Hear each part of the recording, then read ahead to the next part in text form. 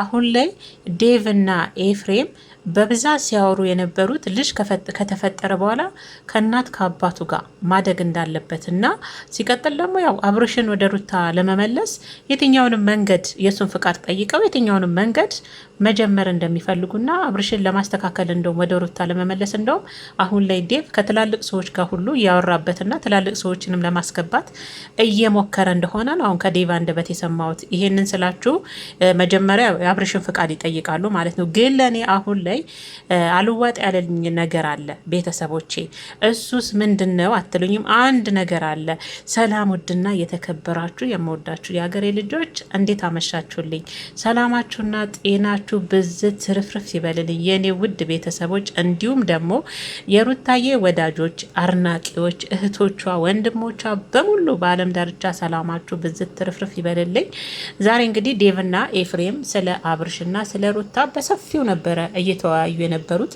ዛሬ እንደውም እስከ መጨረሻው አጣጥሜ ሀሳባቸው እንዲገባኝ በደንብ ነበረ ስሰማቸው የነበረው እና በዚህ አጋጣሚ ስለ ሄርሜላ እያወሩ ነበር። አሁን ላይ ስለ ሄርሜላ ሴትነት የኛ እህት ብትሆንስ እያሉም ስለ እሷም ሴትነት እሷም እንዳትጎዳ እያወሯት ነው። ግን ደግሞ ስለ ሄርሜላ ከተነሳ ይቀር እዛ ጋር አንድ ልጅ ከመጣ በኋላ እግዚአብሔር ወደዚህ ምድር አንድ ልጅን ካመጣ በኋላ ያ ልጅ ከተቻለ ከእናት ከአባቱ ጋር እንዲያድግ የእናትም የአባትንም ፍቅርና ሰላም እያገኘ ማደግ አለበት እያሉ ነው አደለ? ይሄ ማለት ደግሞ ስለ ልዑል ነው በብዛት ሲያወሩ የነበሩት። በመሀላቸው ልዑል መጎዳት እንደሌለበትና አባት ደግሞ ወደ ልጁ እንዲመለስ መስራት እንዳለባቸው ድጋሜ አብርሽን ወደ ሩታ ለመመለስና ሁለቱ ጋር ያልተቋጨና ያላለቀ ፍቅር አይናቸው ላይ እንደሚታይ አብረው እንዲኖሩ ነገሮችን ማስተካከል መንገዶችን ማስተካከል ነው ሲያወሩ የነበሩትና ግን ስለ ሄርሜላ ስታወሩ ኤፊና ዴቭ ማለት ነው ውስጧ ያለው ልጅ እኔ ስለ እርግዝናዋ ስታወሩ አልሰማውም። ስለ እሷ መጎዳት ነው እያወራችሁ ያላችሁት። እሷ እንዳትጎዳ እሷ ሴት ልጅ ናት። እኛ ይሄ ነው ስሰማቸው የነበረው። በነገራችን ላይ ከኤፍሬም አይደለም። ኤፍሬም ስለ ሄርሜላ መጎዳት አወራም፣ ስለ ሩታ ነው። ዴቭ ግን ያው እንደ እህት እሷስ እያለ ሲያወራ ነበር ስለ ሄርሜላ።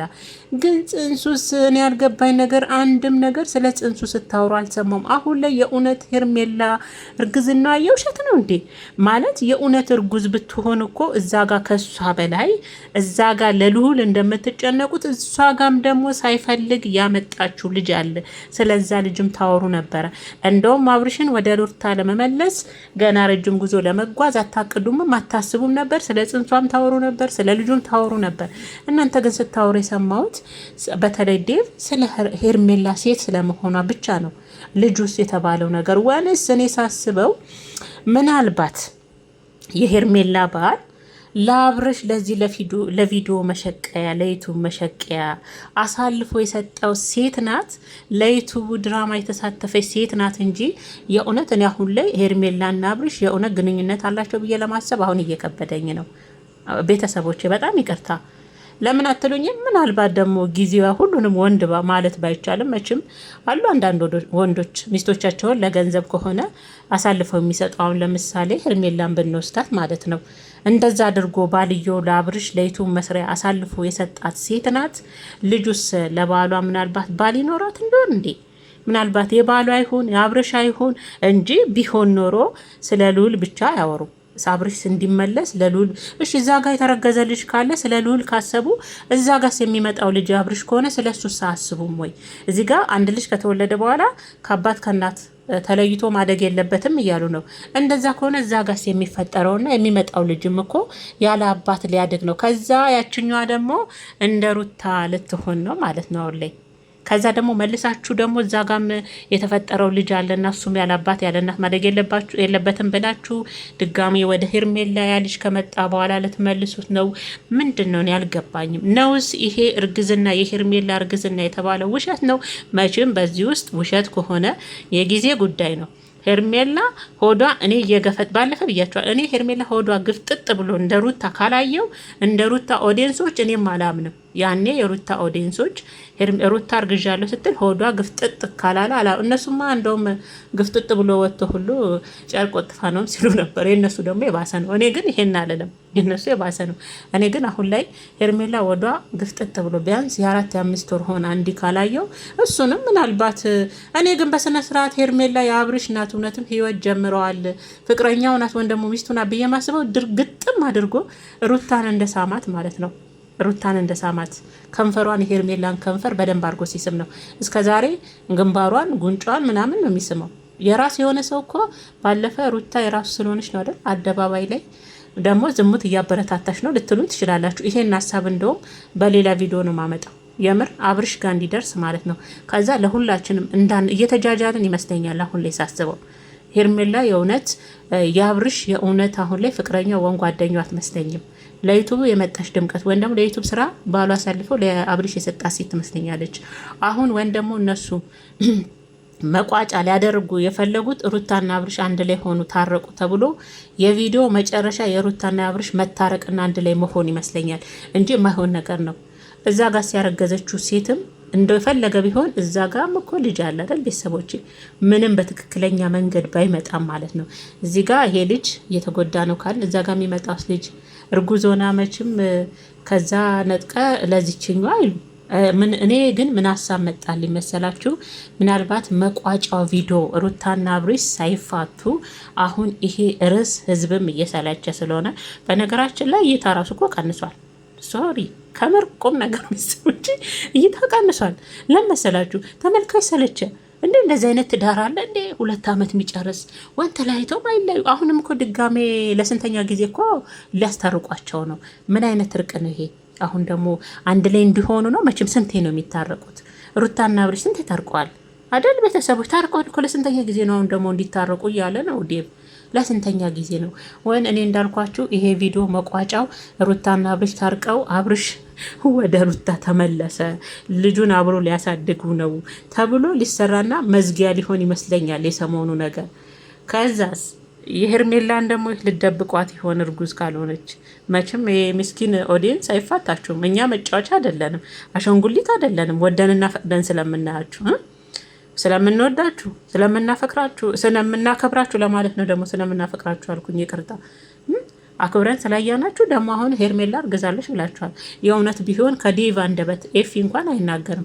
ከዴቭ አንደበት ግን ስለ እሷ እርግዝና እሷ ጋም ስላለው ልጅ ያወራ ነበረ። ቤተሰቦች ባዳምጥ ስለ ሄርሜላ ሴትነት እንጂ ስለ ልጇ እያወራ አይደለም። እርጉዝ ናት ካላችሁ እሺ፣ ያረገዘችው ልጅ ወንድማችሁ ከሆነ ስለዛስ ልጅ አስጨንቃችሁም ነው እንደዛ ካላችሁ።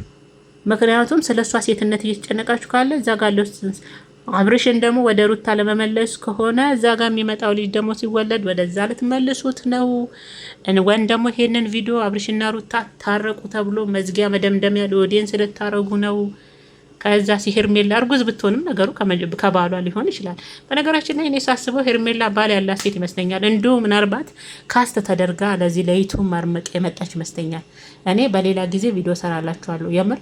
ምክንያቱም ሁላችሁም ላይክ ሼር እያደረጋችሁ አብርሽ ጋር እንዲደርስ በአደባባይ ለእኛ ኦዲየንሶች ማለት ነው ድርግም አድርጎ የእውነት ሄርሜላ የኔ ናት ካለ ከንፈሯን ሊስማት ይገባል። ለእኛ ትክክል፣ እኛም ተወዛግበናል አሁን ላይ ማለት እኛ መጫወቻ አይደለንም። እኛ መቀለጃ አይደለንም እንዴ? ትክክለኛ የእውነታውን እውነት ሄርሜላ አብርሽ ሆነ አርግዛለሁ ከሆነ የኔ ናት ካለ ከንፈሯን ይሳም። መቼም ዝሙት እያበረታታሽ ነው አትሉኝም? ከዛም አልፎ አልጋ ላይ ጨፍረዋል አይደል እንዴ? የሱ ከሆነች አይደል እንዴ? ምን እኔ አይደለም። ምክንያቱም እኛ ማረጋገጥ እውነት ነው ነገር ትክክል ነው ብለን ማመን አለብን። እኛም መጫወቻ አይደለንም ለማለት ነው ምርጦችዬ፣ አይመስላችሁም? በዚህ ደግሞ ቪዲዮ ሰራላችኋለሁ። ከዛ ሁላችሁም ላይክ ሼር እያደረጋችሁ አብርሽ ጋር እንዲደርስ። ከዛ አብርሽ ደግሞ ትክክለኛ ባለፈ ሩታን እኮ ስሟታል ግጥም አድርጎ ከንፈሯን አይደል? ሄርሜላንም ግጥም አድርጎ። መቼም የሰው ከሆነች አይስምም። እንዳልኳችሁ ለቪዲዮ ምናምን ካስት ተደርጋ ምናምን ተመርጣ የመጣች ሴት ከሆነች በፍጹም ግንባር ሊስም ይችላል፣ ባል ይፈቅዳል። ምክንያቱም ዶላር ነው። ጉንጭ ሊስም ይችላል፣ ዶላር ነው እዚህ እጅ ምናምን መተቃቀፍን ፈቅዶ ይሆናል። የሄርሜላ ባል ከንፈርማ አይፈቅድም። እሱ የሚስማትን ከንፈር ሌላ ወንድ እንዲስም የፈለገ ቢሆን አይፈቅድም። እንደው ዶላሩ ጥንቅር ይበል እንጂ ከንፈርሽንማ አትሳሚም ነው የሚለው የሄርሜላ ባል ማለት ነው። የእውነት የአብርሽ እውነት እንዳለው ከሆነ ከንፈሯን ስሙ ያሳየናል። ያኔ እውነትም ትክክል ነው ብለን እናረጋግጣለን። ግን አሁን ላይ ኤፊና ዴቭ የምትሰሩት ስራ ይሁን ያስብል። እኛም አብርሽ ወደ ሩታ ቢመለስ ደስ ይለናል። ለምን ይከፋናል? እውነት ነው እንዳላችሁትም እኛ ብዙ ጊዜ ከእናንተ በፊት እንደውም እኮ እኛ ተናግረናል። አንድ ልጅ ወደዚህ ምድር ላይ ከመጣ ማደግ ያለበት ከእናት ከአባቱ ጋር ነው። የእናቱንም የአባቱንም ፍቅርን እያገኘ ነው ማደግ ያለበት። አባቱ ምን አይነት አባት እንደሆነ መቼም የአብርሽ ነገር ወዲፍዴው ነው። እናትስ ምን አይነት እናቱን እንኳን ያያል በሚዲያም ሲያደግ እናት ያሁን ልጅ እሳት ነው። ፍየል በሉት ያሁን ልጆች ፍየል በሏቸው። ትንሽ ከፍ እያለ ሉል 10-15 ዓመት ሲሆን ዩቱቧን መቼም ዩቱብ የያዘው ነገር ራሳቸው ምናባ ካላጠፉት ወይንም ደግሞ ፕራይቬት ካላደረጉት እንዴት ነበረች እናቴ? ዩቱብ ተጠቃሚ ነበረች መቼም አይደል? ህዝብ የሚያውቃት ብዙ ተከታላት ፌመስ የሆነች እናት እንዳለችው ያውቃል። ያኔ ሳይ እንግዲህ የአባትና የእናት ጉድ ይወጣል ዩቱብ ላይ ማለት ነው አይደል? ስለዛ አንድ ልጅ ከተወለደ በኋላ ያንን እኛም እናምናለን። እኛም እንደዛ ነው ሁሌ ብለናል። እንደውም እናንተ አሁን አላችሁት።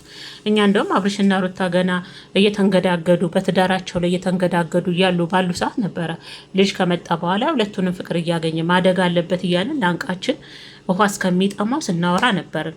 አያችሁ እኛ እኮ የመዳም ቅመሞች ሆን እንጂ እውቀታችን እኮ እውቀት አይደለም፣ አስተሳሰባችን። እናንተ እንደውም ዛሬ ነው ያላችሁት በደንብ እና ያው ዴቭም ስለ ሩታ ምርጥ ሴት እንደሆነች እሷ ጋር ያላለቀ መውደድና ፍቅር ለአብርሽ እንዳላት እንደምትወደው እሱ ጋር አይኑ ላይ አለ። እንግዲህ አብርሽ አይን ላይም እንግዲህ ወንድም ያነበበው ነገር እሱ ጋር ፍቅር እንዳለ ደስ የሚል ነገር ካልሆነ ደግሞ ቆራጥ ሆኖ አንድ ቦታ ወስኖ አንዱን መርጦ ትናንት ሜሪ እንዳለችው አንዱ ቦታ ላይ እንዲኖር። እንደዛ ግን ይከብዳል። ልጅ አላ ትናንት ሲናገር ሰምቼዋለሁ ለሜሪ ልጄ እኮ የመጀመሪያ ቅርሴ ነው ብልክ ባለፈ ያላትን ሲናገር ነበረ። ልጄን አለማየት አልችልም፣ ልጄ የመጀመሪያ ሀብቴ ነው፣ የልጅነት ቅርሴ ነው እያለ ነበረ ከምር። ስለዛ ይህን ደግሞ ማድረግ አይቻልም። ከዚህ ሁሉ ሄርሜላ ላንቺም ስጋት ከሚሆንብሽ እንደው ከነዚህ ቤተሰቦች ከዚህ ከሩታና ከአብርሽ ህይወት ውስጥ እንደወጥተሽ እንደው የራስሽን ህይወት ብትኖሪ ወደ ትዳርሽ ብትመለሽ የእውነት ከሆነ ማለት ነው ብዬ ነው የማስበው። ምርጦችዬና መቼም ከእናንተ የሚያልፋችሁ ነገር የለምና መቼም ዴቭና ኤፍሬም ያወሩትን ሰምታችኋል። እስቲ እናንተስ ምን ሀሳብ አላችሁ? ሹክ በሉ።